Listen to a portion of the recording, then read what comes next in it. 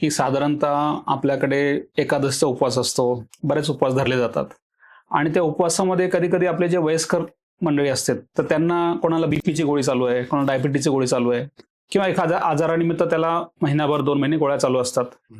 तर त्याचा भाव असा येतो, की ह्या गोळ्या उपवासाला चालतात का? असा प्रश्न त्याच्या मनात येतो. तर याचं उत्तर कसं द्यायला पाहिजे? अच्छा. सगळ्यात महत्वाचं उपवास ह्या शब्दाचा अर्थ उप म्हणजे जवळ, वास म्हणजे भगवंताचा. म्हणजे असं म्हटलेलं आहे की उपवास म्हणजे शरीराच्या गरजा कमी करा आणि भगवंताचं स्मरण करा. त्याला उपवास म्हटलं जातं. आणि मग त्या उपवासामध्ये कोणती औषध किंवा कोणत्या गोळी बाधक बनत असेल तर ते उपवास घडेल का नाही हे लोकांना भीती वाटते. पण यासाठी महाभारतातला हा प्रश्न बऱ्याच लोकांनी विचारलेला आहे.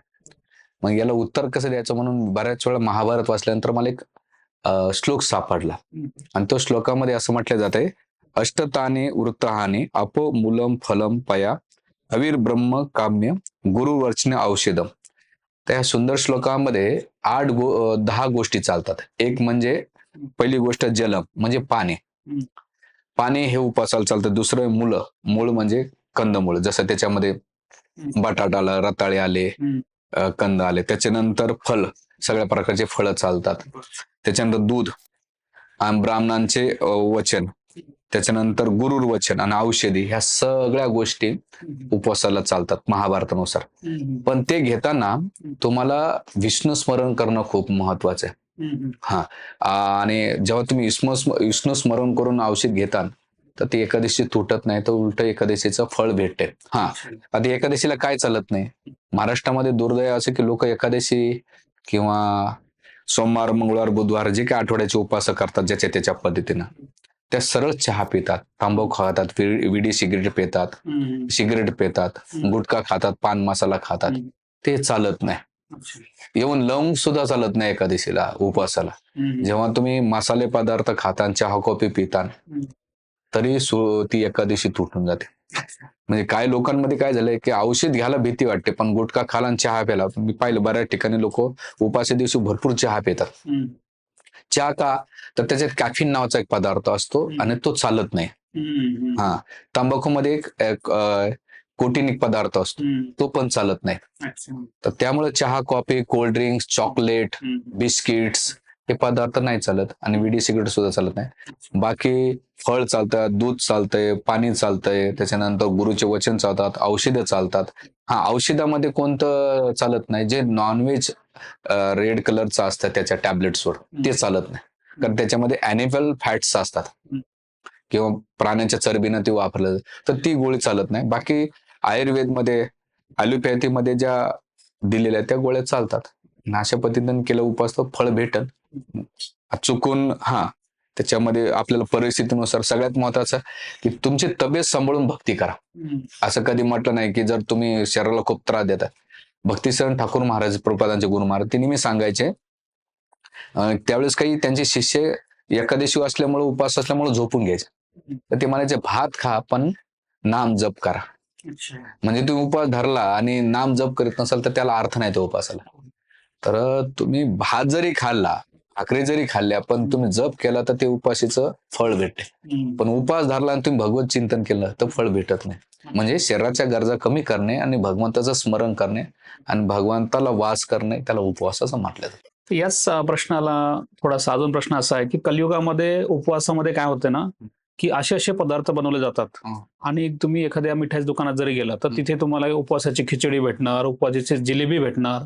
इतके पदार्थ बनलेले की सकाळपासून संध्याकाळपर्यंत जर ऑब्झर्व केलं तर बाकी उपवास नसताना जेवढं माणूस जेवत नाही त्याच्यापेक्षा जास्त तो उपवास दिवस जेवतो. मग ह्याला कसं बघाल तुम्ही? ते म्हणजे एकादशी दुप्पट खाशी असं लोक म्हणतात. म्हणजे ते त्याग नाही तर भोग आहे. म्हणजे तुमच्या जिभेच्या चोचल्यासाठी उपवासाच्या नावाखाली पदार्थ म्हणून खातात. तर मला असं वाटतं की ते फळ भेटेल का? तर त्या दिवशी तुम्ही तुमच्या शरीराच्या गरजा, तुमचा आहार विहार हे कमी असलं पाहिजे. म्हणजे तुमची निद्रा, हरिजागरण सांगितलेले. आहार कसा असला पाहिजे, सात्विक आहार. याच्यामध्ये 3 प्रकारचा उपवास म्हटला जातं. एक आहे निर्जला, म्हणजे स्टँडर्ड, हाय स्टँडर्ड. म्हणजे तुम्ही आदल्या 12 पासून तर दुसऱ्या दिवशी सकाळी पारणापर्यंत पाणी प्यायचं नाही. दुसरी लेवल आहे की बाबा पाणी कोणाला जमत नाही, सजेला मध्ये तुम्ही दुधाचे पदार्थ, आपलं दूध घेऊ शकतात.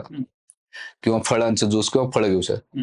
आणि तिसरे सफाळामध्ये भरपूर खा पण एकादशी करा.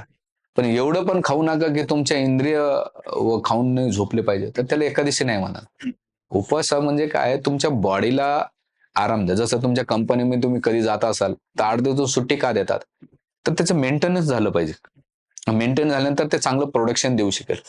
तसं आठवड्यातून 15 दिवसातून तुमच्या बॉडीमध्ये आपण एवढं काही टाकतो, टॉक्सिन्स एवढे जमा होतात. आणि रोगाचं कारण काय, हे तुमचं पोट आहे. जे तुम्हाला रोग निर्माण होते ते कशामुळे होतं, पोटामुळे होतात. तर त्या पोटाला 15 दिवसातून सुट्टी दिली पाहिजे. आणि हे म्हणत नाही, जापानचे 2 सायंटिस्ट आहेत, त्यांना नोबेल प्राइज भेटलेले, ते म्हणतात 15 दिवसातून तुम्ही जर फास्टिंग केले तर तुम्हाला कॅन्सर्स होत नाही. आणि आपल्या वैदिक ग्रंथामध्ये हे दिलेले. आणि आपल्या बॉडीमध्ये एक असा पार्ट्स असतो, जसं उंटामध्ये एक मदार असते, त्याला जेव्हा भूक लागली, तहान लागली तर त्या मदारीतून काढून घेतो. तसं आपल्या बॉडीमध्ये एक असा पार्ट असतो की तुम्ही उपाशी राहिले तरी ती बॉडी एनर्जी तिथून कंझ्युम केलेली असते, बॉडी एनर्जी ती बाहेर काढून त्या बॉडीला मेंटेन करते. तर एवढं घाबरण्याचं कारण नाही. आणि राहिलं पदार्थाचा विषय, आता त्याच्यात इंद्रतृप्तीसाठी खात असेल तर काहीच म्हणू शकत नाही. एक आहे, भगर आमटी खाऊ शकता तुम्ही, जास्तीत जास्त साबुदाणा किंवा फळं घेऊ शकतात, ज्याच्या त्याच्या लेवलला करून काहीतरी केलं. पण हे सगळं खाण्याच्या पलीकडे एक आहे, भगवद्गीता वाचली पाहिजे, भागवत वाचलं पाहिजे, नाम जप केला पाहिजे.